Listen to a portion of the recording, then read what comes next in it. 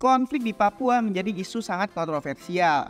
Wilayah Papua dengan kekayaan alamnya yang berlimpah telah menjadi sumber ketegangan antara pemerintah Indonesia dengan sebagian masyarakat Papua yang menginginkan kemerdekaannya sendiri atau otonominya sendiri. Konflik ini mencakup berbagai isu, mulai dari hak asasi manusia, ekonomi, budaya, hingga politik. Bahkan di taraf saat ini sudah sampai tingkat kekerasan hingga kontak senjata api. Kelompok separatis yang disebut KKB atau juga OPM sangat aktif pergerakannya untuk meraih kemerdekaannya sendiri hingga mengibarkan benderanya sendiri yang dimana bukan bendera merah putih. Hal tersebut termasuk sebuah pemberontakan dan pemberontakan ini telah menelan cukup banyak korban. Telah berlangsung dalam beberapa puluh tahun terakhir dan sampai saat ini belum juga menemukan penyelesaian yang memuaskan di antara kedua belah pihak. Hingga akhirnya pemerintah pun mulai tegas untuk menjaga kedaulatan negara Indonesia tercinta. Salah satunya adalah dengan menetapkan KKB atau OPM ini sebagai terduga teroris, lalu menegaskan bahwa mereka melanggar hukum dan mengancam keamanan nasional. Dengan keputusan ini memungkinkan pemerintah untuk menggunakan hukum yang lebih kuat dan tegas dalam menindak KKB atau OPM.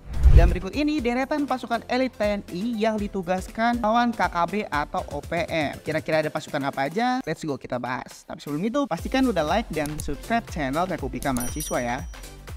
Yang pertama ada pasukan Yonif 315 Garuda atau dijuluki juga pasukan setan. Pasukan ini merupakan pasukan elit angkatan darat yang dipimpin oleh Maijen TNI Eka Wiharsa. Maijen TNI Eka Wiharsa memimpin pasukan setan dengan latar belakang yang sangat kaya akan pengalaman di berbagai bidang dan kesatuan TNI Angkatan Darat. Yang dimana jabatan terakhirnya merupakan asisten operasi Kasat pada tahun 2021 dengan pangkat terakhirnya yaitu Mayor Jenderal Bintang 2. Pasukan setan ini dilengkapi dengan kemampuan khusus dalam pertempuran hutan dan medan yang sulit serta dilatih dalam operasi kondisi ekstrim yang terkenal sebagai penembak jitunya atau sniper. Pasukan ini dibentuk pada tahun 1948 di Cirebon. Mereka merupakan bagian dari Komando Cadangan Strategis Angkatan Darat alias Kostrat yang jumlah pasukannya dirahasiakan sampai sekarang. Di tahun 2021 sebanyak 400 prajurit TNI dari pasukan setan disiapkan untuk misi langsung di Papua dalam menangani KKB atau OPM. Pasukan ini mendapatkan julukan setan karena keberaniannya dalam berbagai misi di wilayah konflik termasuk di Timur Timur dan juga Aceh. Mereka memiliki tugas menjaga keamanan wilayah dengan kemampuan untuk melaksanakan operasi militer perang. Meskipun pasukan setan telah dianggap sebagai ancaman bagi OPM, pemerintah Indonesia terus mengirimkan mereka ke Papua untuk mengatasi situasi konflik di sana dan membatasi pergerakan OPM atau KKB.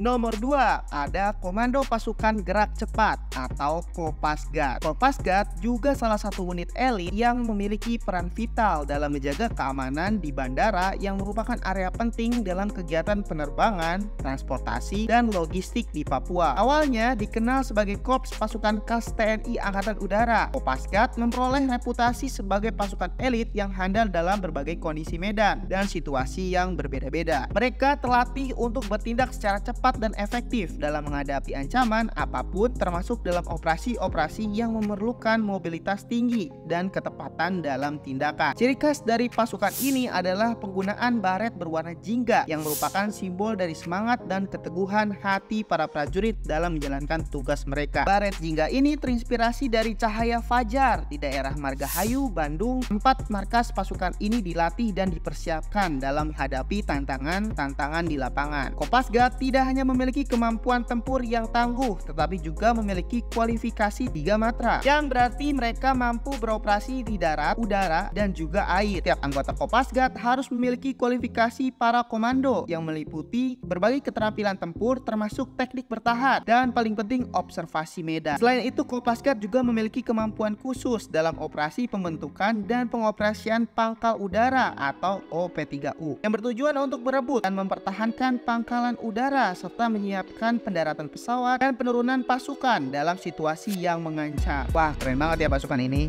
3. Komando Pasukan Khusus alias Kopassus TNI Angkatan Darat. Kopassus juga terlibat dalam pemburuan KKB atau OPM di Papua. Bahkan Kopassus sudah jauh lebih lama. Kopassus sendiri resmi berdiri pada 16 April 1952. Salah satu peristiwa yang tidak bisa dilupakan yaitu terkait dengan gugurnya Kolonel Anumerta Adel Gustimego yang saat itu adalah Komandan Detasmen 81 Kopassus pada 15 April 1996 di Timika, Papua, yang dimana hanya 1 hari sebelum HUT Kopassus yang ke-44. Setelah kejadian itu, keesokan harinya Brigjen TNI Prabowo Subianto selaku Danjen Kopassus memimpin upacara pemakaman sejumlah anggota Kopassus yang gugur, tepat pada hari jadi Kopassus yang menciptakan peringatan ulang tahun yang pahit dan sulit untuk dilupakan oleh anggota Kopassus. Kopassus dikala itu sedang melakukan operasi Mapenduma yang merupakan operasi pembebasan sandera terbesar dan terberhasil yang pernah dilakukan oleh Kopassus pada tahun 1996. Sebanyak 26 sandera yang merupakan peneliti keanekaragaman hayati di tanah nasional Lawrence, Papua di sebuah desa di distrik Duga berhasil dibebaskan oleh Kopassus. Berikutnya juga di tahun 2017, pasukan Kopassus yang hanya terdiri dari 13 orang dan Riders 751 juga pernah berhasil merebut kampung Kimberley dari KKB, dan pasukan Kostrad mengamankan kampung Bunti, kampung terdekat yang juga dikuasai oleh KKB. Lalu Pangdam Cendrawasih memerintahkan pengamanan pos-pos separatis dan dalam waktu kurang dari 24 jam Medan telah dikuasai TNI dan kelompok KKB atau OPM melarikan diri. Evakuasi sandera termasuk 347 orang berhasil dilaksanakan dengan sukses oleh tim gabungan TNI Polri. Terkhusus ada anggota Kopassus di dalamnya. Pasukan pengamanan juga sigap bertugas di lokasi. Lalu pada Mei 2021, berikutnya Kopassus juga pernah terlibat dalam kontak senjata dengan anggota KKB di Kampung Muloni yang menewaskan 2 anggota KKB tanpa ada korban jiwa di Kopassus. Operasi-operasi ini menunjukkan keterlibatan aktif Kopassus dalam menjaga keamanan dan menangani ancaman KKB di Papua. Gimana guys, anggota Kopassus ini?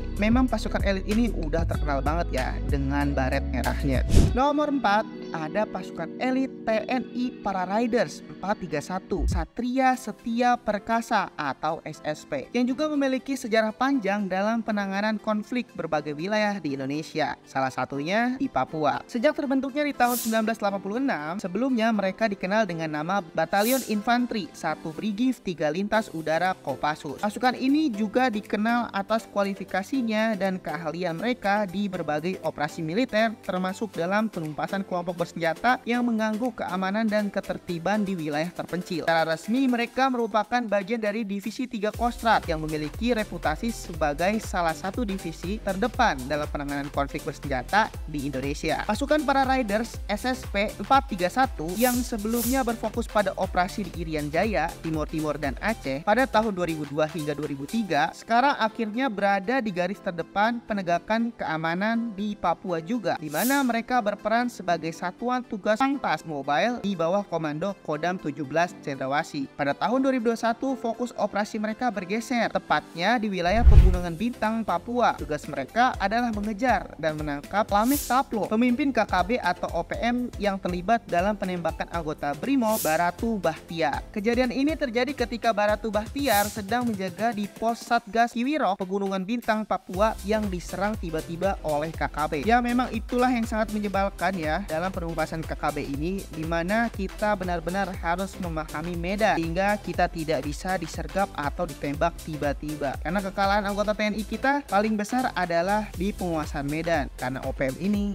dapat bersembunyi dan hebat dalam sergapan-sergapan mendadak. Nah, jadi itulah beberapa deretan pasukan elit TNI yang sudah disiapkan dan diturunkan dalam penanganan ancaman KKB atau OPM. Semoga aja kita dapat bisa memberantas KKB atau OPM ini secepatnya ya, hingga akar-akarnya. Tapi gimana menurut kalian nih? Apakah perlu personil pasukan khusus seperti ini? Atau mungkin bisa dilakukan dengan drone saja dan langsung ditembakkan rudal jarak jauh seperti peperangan yang ada di luar-luar sana? Namun pastinya apapun itu tetap banyak terjadi pro dan kontra atas tindakan-tindakan yang anggota TNI ini lakukan ya. Salah satunya adalah cuitan orang-orang aktivis HAM yang sangat menghalang-halangi tindakan tegas dari anggota TNI kita. Tapi gimana menurut kalian? Tulis pendapat kalian di kolom komentar ya.